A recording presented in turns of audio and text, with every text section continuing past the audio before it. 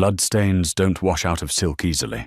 Vincent Corletti learned that lesson the hard way, not from a rival syndicate, but from a quiet waitress serving martinis at a downtown club. She looked like fragile glass, but underneath her apron hid the most lethal right hook in Brooklyn. The air inside the brass lantern was thick with the scent of expensive cigars, spilled bourbon, and old money. Tucked away in the shadows of Hell's Kitchen, the upscale speakeasy was a neutral ground for the city's most dangerous men. For Cassidy Gallagher, it was just a place to pay the bills. Cassidy wiped down the polished mahogany bar, her movements mechanical, her eyes scanning the room with a hyper-vigilance she couldn't turn off. She was 24, with bruised knuckles carefully hidden beneath thick layers of liquid concealer, and a mountain of debt left behind by her estranged brother, Declan. She kept her head down, served the drinks, and ignored the lingering stares of the city's worst predators, until the front doors swung open, sucking the oxygen straight out of the room. Vincent Corletti had arrived. He moved like a man who owned the very concrete beneath the building. At 28, Vincent was the newly crowned underboss of the Corletti crime family, having recently seized control of the West Side docks through a trail of blood and shattered kneecaps. He wore a custom midnight blue Brioni suit, his dark hair slicked back his jawline, sharp enough to cut glass. Arrogance radiated off him in waves. He was flanked by 3 heavy-set enforcers, but Vincent was the undeniable center of gravity. VIP booth, sweetheart, sneered Dominic Vincent's right-hand man, snapping his fingers at Cassidy. And bring the Macallan 25. Leave the bottle. Cassidy felt her jaw tighten. She hated the snapping. She hated the entitlement.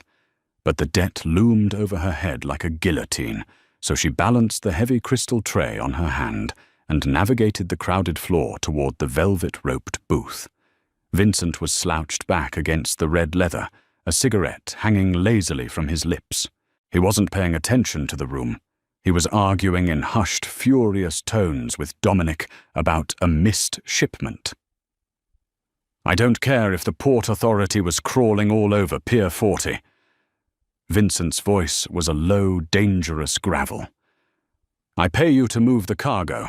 Dom not give me excuses. Cassidy approached the table, keeping her breathing even. Your Macallan, gentlemen. She reached down to place the heavy bottle on the table. As she did, Dominic, agitated by Vincent's dressing down, threw his hands up in frustration. His heavy forearm clipped the edge of Cassidy's tray. Gravity took over. The crystal tray tipped. Most waitresses would have screamed or jumped back. Cassidy's instincts, honed in a very different environment, kicked in instantly. She dropped her center of gravity, caught the $5,000 bottle mid-air with her left hand, but couldn't save the 2 crystal tumblers. They shattered against the edge of the table, sending amber liquid splashing directly onto Vincent Corletti's polished Oxfords. The booth plunged into a dead, terrifying silence. The music in the club seemed to stop.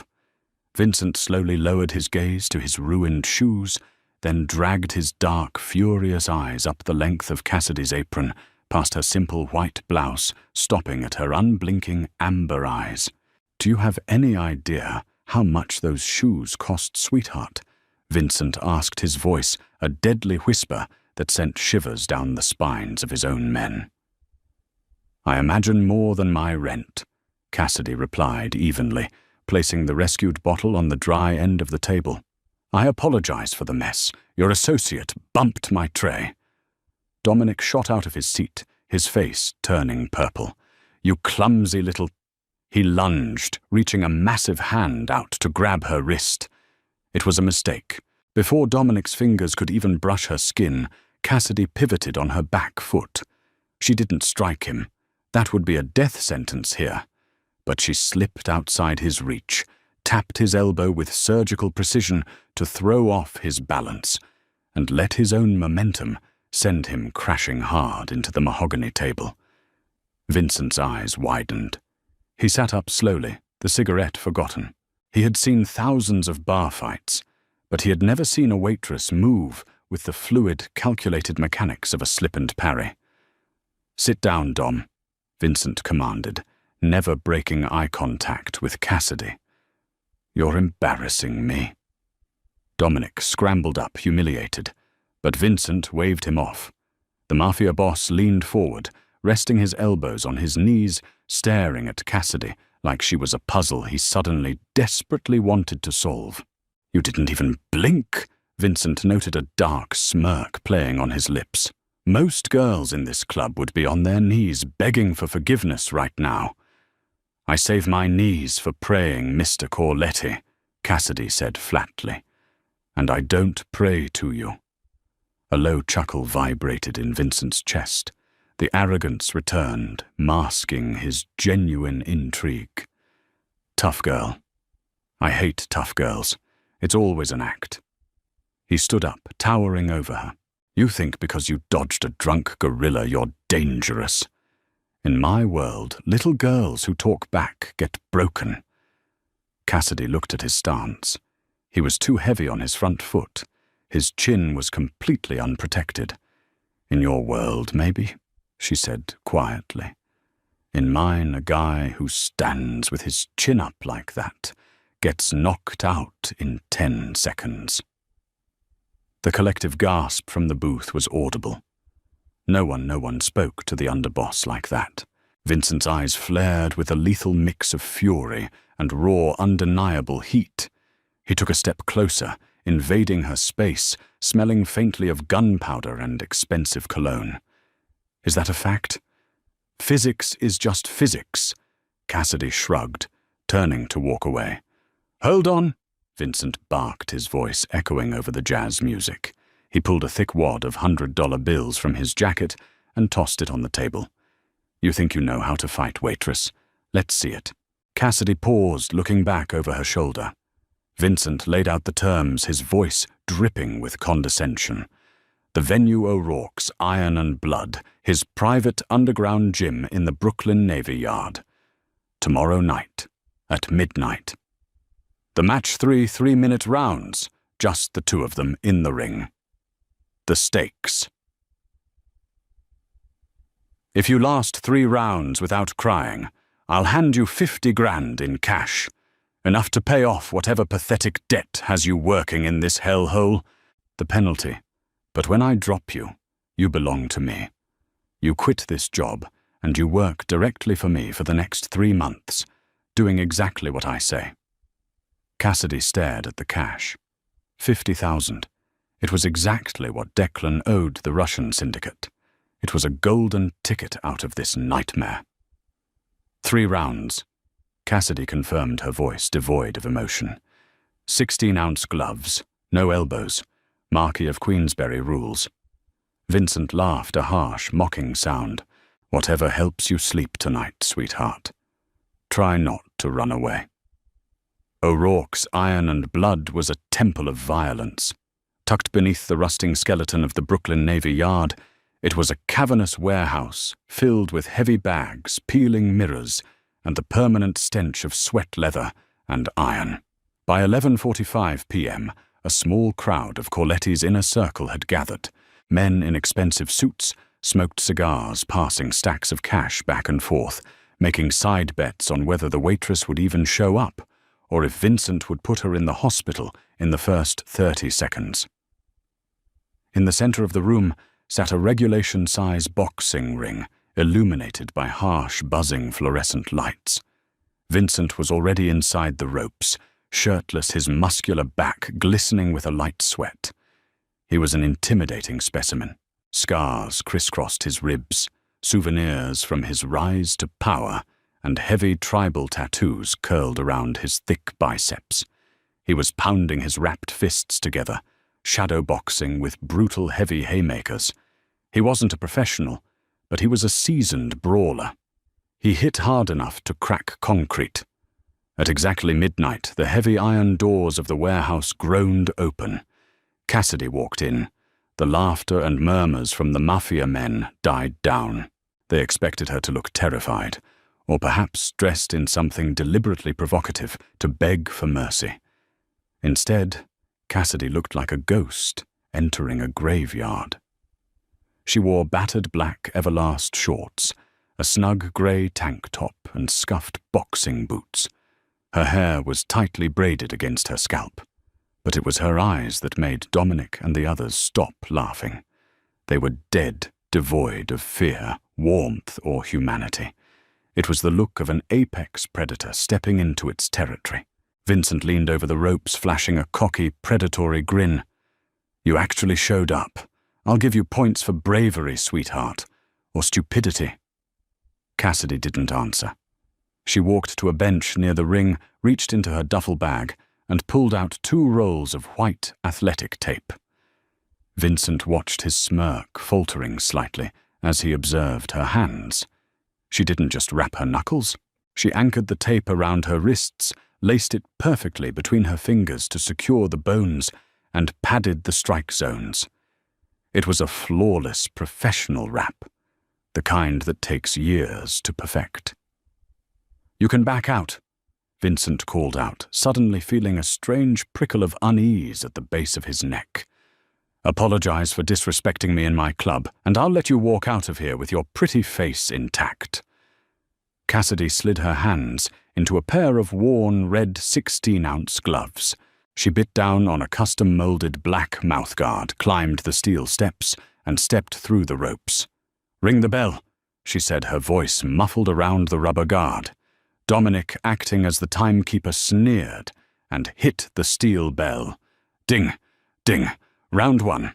Vincent surged forward instantly.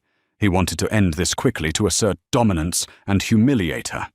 He threw a massive, sweeping right hook, aimed right at her jaw, a punch designed to take a head clean off its shoulders. He hit empty air. Cassidy wasn't there.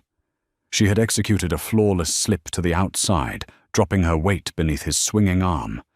Before Vincent could reset, he felt a sharp, stinging smack against his left cheek. A stiff jab. It didn't hurt much, but it was jarring. Vincent growled, squaring up, and unleashed a flurry of punches. Left, right, left. Cassidy flowed like water. She didn't panic. She utilized a textbook Philly shell defense, tucking her chin behind her lead shoulder, using her right glove to catch his jabs and her elbow to block his body shots. She was a ghost, sliding mere millimeters out of range of his devastating power, making him waste his energy on the air. Smack, smack. 2 more jabs caught Vincent right on the bridge of his nose. Fast, blinding, piston-like jabs that snapped his head back. "Stand still, damn it!" Vincent roared, losing his temper. He lunged, throwing a wild uppercut. Cassidy easily pivoted on her lead foot, stepping entirely out of his path like a matador sidestepping a raging bull. Vincent stumbled forward into the ropes, off balance and looking foolish. The Mafia men outside the ring were dead silent. Cigarettes burned down to their fingers unnoticed. The bell rang. End of round 1. Vincent stormed back to his corner, his chest heaving, a thin trickle of blood leaking from his right nostril. He wiped it away, staring in absolute shock at the waitress. Cassidy stood in the neutral corner. She wasn't even breathing hard. Her arms rested casually on the ropes. She hadn't thrown a single power punch.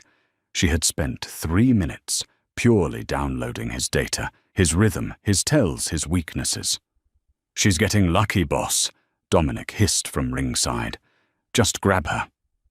Vincent ignored him. His arrogant smirk was entirely gone, replaced by a dark, burning realization.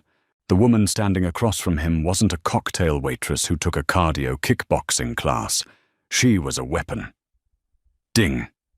Ding. Round 2. This time, Vincent didn't rush in. He approached cautiously, keeping his hands high, realizing he was in deep water. He circled her, looking for an opening. Cassidy changed her stance. The defensive shell dropped. She squared her shoulders, slightly planting her feet. The downloading phase was over. Now it was time to execute. Vincent feinted a jab and threw a hard, straight right. It was the opening Cassidy had orchestrated. Instead of dodging away, she stepped inside his guard. It was a terrifyingly dangerous move, moving toward the power rather than away from it. But her timing was perfect. As Vincent's arm fully extended over her left shoulder, leaving his ribs completely exposed, Cassidy planted her boots firmly into the canvas, transferred the kinetic energy from her hips through her torso and into her left hook. The punch connected with a horrifying, meaty thwack directly under Vincent's right ribcage, the liver shot. It is the most debilitating strike in combat sports. It shuts down the central nervous system, bypasses all bravado, and paralyzes the body. Vincent's eyes rolled back into his head. All the air violently evacuated his lungs in a ragged gasp. His legs simply stopped working. The brutal, untouchable Mafia Boss folded like a cheap lawn chair, crashing down onto the canvas in a heap of tangled limbs, gasping desperately for oxygen that refused to enter his lungs. "Boss!" Dominic screamed, slamming his hands against the canvas. Cassidy calmly took 2 steps back, returning to a neutral corner, her face impassive. She watched as Vincent writhed on the mat, clutching his side, his face a mask of pure agony. The invincible Corletti underboss was down, humbled by a single perfectly placed strike. Slowly, agonizingly, Vincent rolled onto his hands and knees. The refereeing Dominic was shouting a count, but Vincent wasn't listening. He fought through the blinding pain, his muscles screaming, and managed to drag himself up using the ropes, just as Dominic reached the count of 8. Vincent stood there, swaying his torso, flushed red where she had hit him. He looked across the ring at Cassidy. She wasn't gloating. She wasn't smiling. She was simply waiting, a beautiful, terrifying machine, ready to dismantle him again. And in that moment, beneath the blinding pain, the shattered ego, and the metallic taste of blood in his mouth, Vincent Corletti didn't feel anger. He felt entirely, hopelessly obsessed. Ding, ding. The bell for the 3rd and final round echoed through the cavernous expanse of O'Rourke's iron and blood. Vincent Corletti stepped out of his corner, but the swagger was completely gone. His right side was a canvas of angry purple and mottled red, a testament to the devastating left hook that had nearly ended his life 3 minutes prior. He kept his right elbow glued to his ribs, prioritizing survival over dominance. The arrogance had been literally beaten out of him, replaced by a cold, calculating respect. Cassidy Gallagher met him in the center of the ring. She didn't rush. She didn't press her advantage to seek a knockout. She maintained her flawless distance, her custom-taped hands held high, her chin tucked. Vincent tried to bait her. He dropped his left hand, feinting a sluggish jab, hoping she would step inside again so he could tie her up in a clinch and use his 90-pound weight advantage to smother her. Cassidy saw right through it. Instead of taking the bait, she circled to her right, moving away from his power hand, popping him with quick, stinging jabs to the forehead. Pop, pop. They weren't meant to hurt him. They were meant to blind him, to disrupt his rhythm, and to run down the clock. Frustration boiled over. "Fight me, damn it!" Vincent snarled, lunging forward with a wild overhand right that left his entire body exposed. It was a street brawler's move, desperate and sloppy. Cassidy could have ended it right there. She had the angle for a devastating uppercut that would have shattered his jaw. But as Vincent's momentum carried him forward, Cassidy simply pivot-stepped to the side, wrapped her gloved arm around the back of his neck, and guided his face harmlessly into the padded turnbuckle. She held him there in a professional clinch, her mouth guard right next to his ear. "You're fighting on anger, Corletti," she whispered, her breath steady, while his lungs heaved like bellows. "Anger makes you stupid, and stupid gets you killed." Vincent tried to muscle out of her grip, but she had his leverage completely neutralized. Before the refereeing Dominic could step in to break them apart, the final bell rang. Ding, ding, ding. Cassidy immediately released him, took a step back, and dropped her hands to her sides. She turned her back on the most dangerous underboss in New York City and walked calmly to her corner to spit out her mouthguard. The silence in the warehouse was absolute. The wealthy mafia men who had been placing 5-figure bets on Cassidy leaving in a body bag stared in stunned disbelief. A cocktail waitress hadn't just survived 3 rounds with Vincent Corletti. She had dismantled him, embarrassed him, and spared him. Vincent leaned heavily against the ropes, staring at her back. He waved away his cornerman. He didn't want water. He wanted answers. Slowly, Vincent unlaced his 16-ounce Cleto Reyes gloves with his teeth, tossing them onto the canvas. He grabbed a thick towel, wiping the blood from his nose and the sweat from his eyes, and ducked through the ropes. He walked directly to the steel lockbox, sitting on the timekeeper's table. Dominic, looking pale and sweating profusely, hesitated. "Boss, you can't be serious. She just ran away the whole 3rd round. That's a technicality. Shut your mouth, Dom." Vincent snapped his voice, a low, lethal warning. He unlocked the box, pulling out a thick, banded stack of crisp $100 bills. $50,000. Vincent walked over to Cassidy's corner. She was unspooling the athletic tape from her wrists, her amber eyes flicking up to meet his. "I owe you 50 grand, Vincent said, tossing the heavy brick of cash onto the bench next to her gym bag. "You earned every penny." Cassidy didn't reach for the money. She simply nodded. "Thank you for honoring the wager." "I always pay my debts," Vincent said, leaning against the ring post, wincing slightly as his bruised ribs protested. "Now I want the truth. Nobody moves like that unless they've spent a decade breathing canvas dust." "Who taught you?" Cassidy zipped up her duffel bag. "My father. He ran a heavy bag program out of Gleason's gym before the property taxes forced him out." Vincent's eyes narrowed. He knew the boxing scene in Brooklyn better than anyone. "Wait. You're Tommy Gallagher's kid, Iron." "Tommy, he was a legend." "He was," Cassidy corrected her voice, dropping an octave. "Past tense." Vincent paused. "Right. The heart attack." "It wasn't a heart attack," Cassidy said, slinging the strap of her bag over her shoulder. "The coroner was paid off. He was poisoned. Strychnine in his water bottle during a sparring session." The air between them chilled. Vincent straightened up, his mafia instincts immediately overriding his bruised ego. "Who? Victor Tarasov, Cassidy," said the name as if it were ash on her tongue. The Tarasov syndicate controlled the Ruthless Brighton Beach factions. They were the Corletti family's biggest rivals, a heavily armed outfit that dealt in human trafficking and extortion. "My brother Declan owed Tarasov money." Cassidy continued staring at the stack of cash. "My dad couldn't pay it, so they made an example out of him. And now Declan disappeared, and Tarasov inherited the debt to me. He promised that if I didn't have $50,000 by tomorrow morning, he'd put me in one of his shipping containers bound for Eastern Europe." Vincent stared at the girl. The fragile cocktail waitress facade was completely gone, replaced by a tragic, steel-forged survivor. She hadn't fought him tonight out of pride. She had fought him for her absolute survival.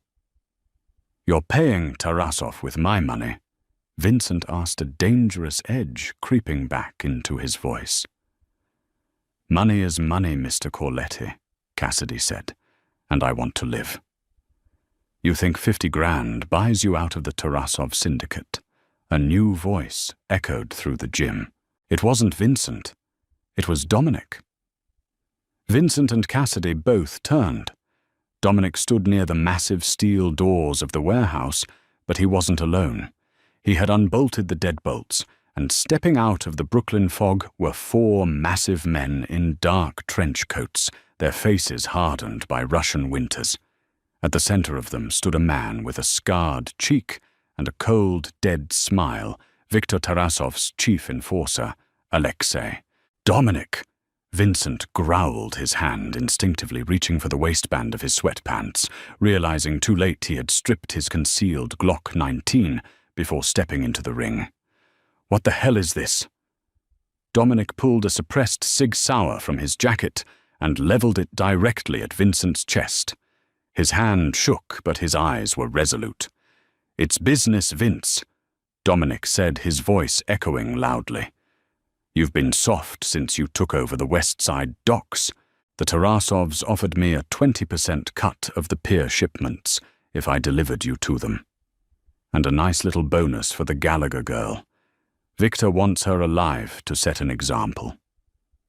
Vincent let out a dark, booming laugh that sent a shiver down Cassidy's spine. Even staring down the barrel of a loaded gun with broken ribs and no weapon, the underboss of the Corletti family looked like a wolf about to tear out a throat. "Dom, you stupid, greedy bastard," Vincent spat. "You're a loose end. They're going to shoot you the second I'm dead." "Shut up!" Dominic yelled. Alexei chuckled, stepping forward, pulling a heavy combat knife from his belt. "He is right, little Italian, but we will let you live long enough to watch him bleed out. Take the boss! Grab the girl!" Two of the Russian enforcers drew their weapons and charged toward the ring. Everything happened in a fraction of a second. Cassidy didn't scream. She didn't freeze. The combat instincts forged by her father kicked into high gear. She grabbed the heavy brick of $50,000 in $100 bills and hurled it with all her might, directly into the face of the first charging Russian. The heavy band of paper smacked the man square in the bridge of his nose, momentarily blinding and staggering him. Simultaneously, Vincent dove behind the heavy steel timekeeper's table just as Dominic panicked and pulled the trigger. Thwip! Thwip! The suppressed bullets chewed into the floorboards where Vincent had been standing a millisecond prior. Cassidy vaulted over the steel bench, closing the distance on the staggered Russian before he could raise his weapon. A brutal, twisting palm strike to the base of the man's chin snapped his head back, dropping him to the floor. She seamlessly stripped his fallen weapon, a heavy Makarov pistol from the canvas. She tossed the gun through the air. "Corletti." Vincent caught the pistol mid-dive. Rolling onto his back, wincing through the agonizing pain of his ribs, he aimed and fired 3 deafening shots. Bang! Bang! Bang! The unsuppressed roars of the Makarov echoed like cannons in the warehouse. 2 of the Russian hitmen dropped. Alexei dove behind a cluster of heavy punching bags, cursing loudly in Russian. Dominic, realizing he had entirely lost control of the situation, turned to sprint out the open warehouse doors. "You're not going anywhere," Vincent snarled. He stood up, aiming down the sights, but his injured ribs spasmed.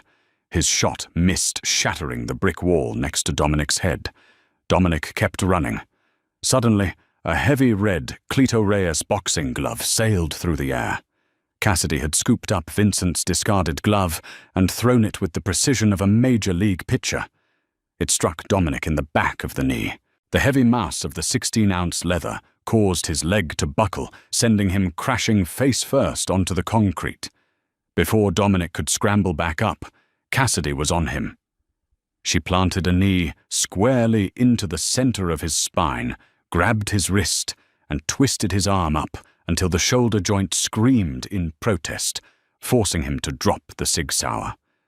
Silence descended on the gym, save for the groans of the wounded men and the distant wail of police sirens from across the East River.